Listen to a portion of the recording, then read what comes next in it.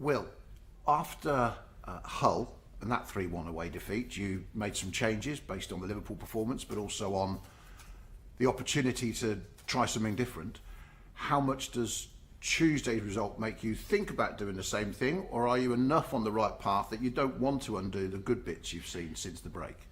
No, I think the difference between the two games, and especially the weeks sort of leading up to those games, is different. We've now kind of, we found a pattern, a play, and we are, dominating teams. We did dominate Bristol for the first sort of 45, 50 minutes, although we conceded a poor goal. But played well against Swansea at the weekend, and even before the break, where they take the Borough game, which was good. We've kind of been building to something that looks a bit more like what I'd like to look at, for it to look like. I know it's not perfect, and we're still conceding too many goals, and there's still a load of things that we need to get right and correct. But it's not the same sort of situational scenario as that whole game. I still can't understand how that second goal has gone in, but it is what it is, and it's frustrating. I think we've had three really good days. After that, we've had some honest conversations. We've watched it. We've analysed it. So we just want to get back out there and win the moments in the games that we're not actually winning for the moment. And I think that's what's costing us, is that we're doing a lot of positive things and we're getting the opportunities. But the key moments in the game, we're not kind of switched on enough, or we're not doing the right, making the right decisions or doing the right things to be able to swing a game in our favour. And that's costing us quite a lot. I mean, that sort of, I guess, comes under the game management umbrella. Those killer instinct moments in front of goal, but also, at the back. So, how do you change that? Because that just might be the players you've got, as opposed to wanting them to be somebody different. Yeah, you set the scenario up basically, and you try and replicate it in a meeting, in a session, in anything that you can, just to kind of get them into that environment. Although we all know the game environment is completely different, but there are a load of little things that we are trying, that we're doing.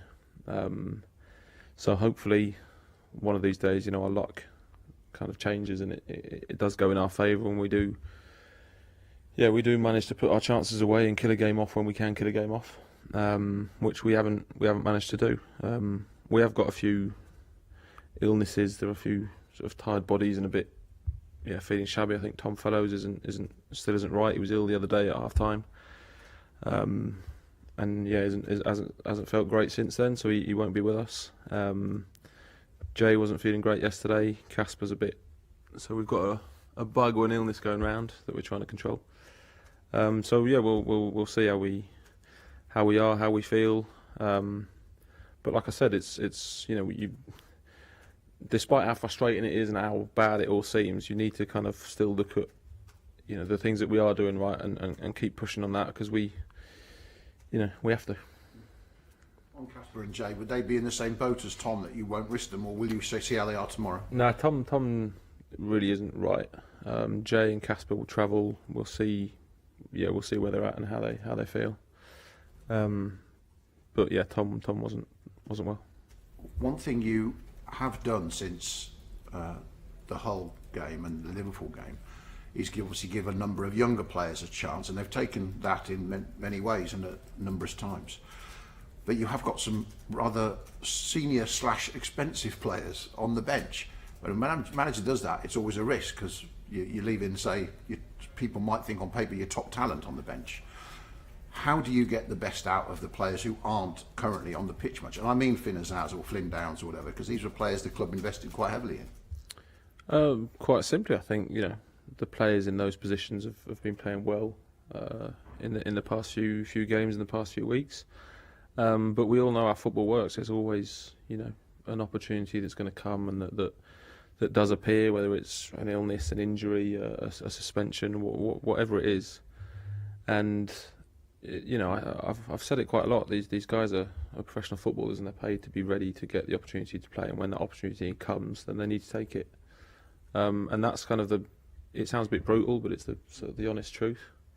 And I've always said it, the team is always the most important thing, and if the team needs certain things to be done, then I'll always prioritise that. However much you earn or however much the club paid, that's just logic and human nature to just be logical with the choices that we make, and I think that's what we've been doing. Everyone's had the opportunity to play, everyone's had minutes, everyone's been in the team or out of the team, but you also comes a certain point within the season that you kind of have to stay sort of consistent and find a rhythm and find a consistency in the lineup and the performances, which is what we're trying to do. How wedded does that mean you are to your three at the back? Because home or away, you're starting with 5 defenders in the 11. I might think sometimes at home you could probably do with one less because teams sit back against you. How much are you willing to be flexible going forward, or do you have to wait till the results come first and then it gives you more opportunity to do it?